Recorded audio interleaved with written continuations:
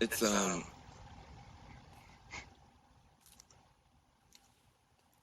it's easier to be a parent this morning. It's easier to be a dad. It's easier to tell your kids character matters. It matters. Telling the truth matters. Being a good person matters. And it's easier for a whole lot of people. If you're Muslim in this country, you don't have to worry if the president doesn't want you here. If you're an immigrant, you don't have to worry if the president's going to be happier to have babies snatched away or send dreamers back for no reason. This is vindication for a lot of people who have really suffered. You know, the I can't breathe. You know, that wasn't just George Floyd. That was a lot of people that felt that they couldn't breathe. Van, are you aware that the I Can't Breathe movement was about Eric Garner in New York? And that was during the Obama administration where Joe Biden was the vice president? Why are these things being missed? Why are they being ignored? What's happening, everyone? What's going on? I want to do a quick conclusion to this week in politics. I'll be honest, I was watching on election day and I stayed up until 3 a.m.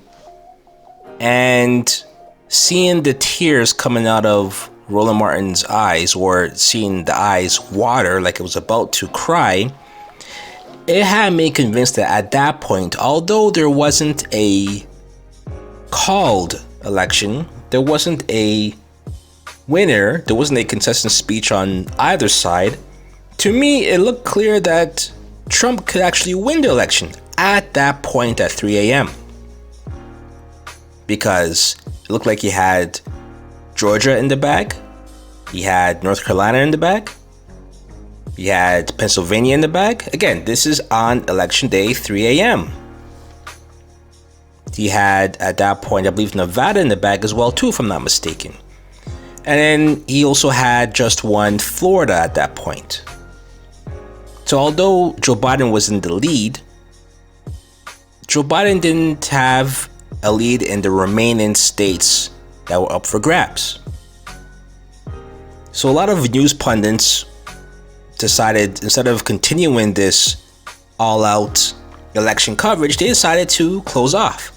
Roland Martin was upset. He was going off on one of the pundits who were more conservative leaning. You had In Search for Who deciding to close off as well too, confident that Trump won. And I was in glee because I called it, as far as they wouldn't be able to determine a winner on election night. It will be determined afterwards. Now, little did I know it will be determined well afterwards, and to be honest, officially, it hasn't even been determined yet. It's still up for grabs because fast forward to 2 weeks later, Trump hasn't conceded. All of the states that were pending, that Trump was leading in, all of the votes stopped. And all of a sudden, Joe Biden came from behind and started picking up all of the votes, all of the states. Biden won Arizona. He ended up winning Nevada. He ended up winning Pennsylvania.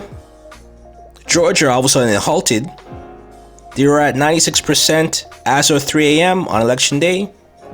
And maybe about 5 days later, 6 days later, almost into the second week, on the hush hush, after, you know, people and the news networks already came out and said Biden won, on the low they said Georgia must do a recount, but it looks like Biden took Georgia by 0.3% or something really, really close like that, within about 10,000 votes. That's crazy. And then North Carolina was still undetermined at 99% reporting. So it made no sense to me. Now, Trump didn't concede. Trump was saying the election was rigged. Trump was saying that he did not lose. He actually won. And Trump's fans and supporters came out in droves, so to speak, and they were all for him and they supported him, whereas the other Republican politicians kind of distanced themselves away from him. Now, the interesting thing about this is that me on the outside looking in, I'm looking at this, I'm like, I've never seen a situation where a guy who looked like he was winning, looked like he had all the votes, all of a sudden the votes stopped for him, but his opponent, they kept counting the votes. And a lot of people that I discussed this with, they were saying that, oh, well, that's because Democrats were told to vote by mail-in ballots. And Trump told his supporters to go to the polls and vote. Hence why all of the votes from the polls were counted first. And then at the end, all of the mail-in ballots were counted first. Or sorry, counted second. Now, if that was the case, then tell me this. The whole point of doing it by mail-in ballots was the fact that COVID was a concern with all the crowds and long lineups. Is it only Democrats that get COVID? Don't Republicans that can't they get COVID as well too? Aren't they susceptible to the same things? They're human like everybody else, right? It doesn't matter what your political ideology is. You could get ill. You could get COVID-19 and become ill. So there's just as much incentive as Democrats for Republicans to go and do mail-in ballots as well too. And we all know that not everybody is, or everybody that votes for Trump is a diehard Trump fan where they'll hang on every word that he speaks and will follow him literally with drinking bleach, doing all other kinds of things that he suggests. No. But they'll vote for him in the way they feel is the best for them, whether that's mailing it in or going in person. So for people to say, well, Trump told them to go in person, so that's what all of them did, 100% of them, that to me does not make any sense. I think a good portion of Republicans decided to mail in their ballots as well too because they understand the risks and they don't want to be exposed. Which is the exact same thing a Democrat would say as well too. So again, everybody's human. So I don't buy that enormous amount of Democrats over Republicans decided to mail in the ballots. On top of that, the mail-in ballots were done a lot earlier. A lot of people submitted them weeks prior.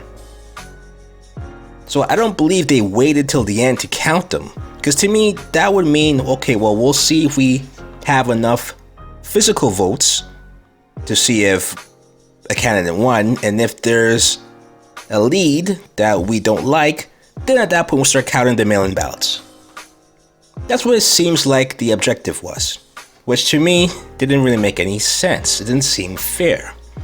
Now again, I'm not a Trump supporter, I'm not a Joe Biden supporter.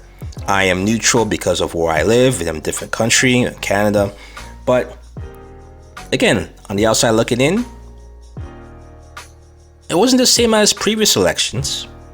And then to get the stat that more people voted for Joe Biden than voted for Obama in 2008. And even more people voted for Trump than Obama in 2008. In an election cycle, an election year where there were still a lot of people who were disenfranchised by the two selections that they had. And I never seen a situation where people were motivated to vote for the lesser evil. So like I said before, people usually vote for the candidate that they believe in. And with all the issues with Joe Biden, a lot of the things that he said, a lot of the gaffes, a lot of the contradictions, you wouldn't have thought that he would have gotten that much votes. Or that people would have came out because they were motivated. And this is the question. Motivated by what? Definitely not Joe Biden's speech. Definitely not motivated by his charisma. Definitely not motivated by his intellect, his wit during the debates.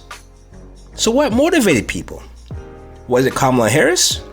Trying to get the first female and the first black woman and the first woman of color into the White House? Since when has a presidential election been determined by who the vice president is? Usually that's an afterthought. So I don't believe that was that much of a factor. So this leads to the thing I believe it was, and that is fear. This election was about fear. Matter of fact, this whole year, 2020, was about fear. Fear of Donald Trump, fear of immigrants, fear of China, fear of COVID-19, fear of the killer bees, fear of a crash, right? The stock market, the economy, fear of being kicked out of your house because you can't pay your rent, evictions, all-time high, fear of lack of jobs, fear of the police, fear of rioters, looters, fear of a civil war, fear of the Proud Boys, fear of Black Lives Matter. Fear, fear, fear, fear, fear is one of the greatest motivators. And it usually motivates people to act irrational. And to me, this was the whole backdrop for this particular election. And this is what drove people to come to the ballots, if those numbers are indeed true. Or correct, should I say. So again, that's just my observation of the whole thing. Again, being that it's it's November 15th? November 16th now. And we still don't really know for sure who the president is, the president-elect. And I believe there's going to be the electoral vote on the 14th of December, if I'm not mistaken. And who knows what will happen then, because everything is still up for grabs.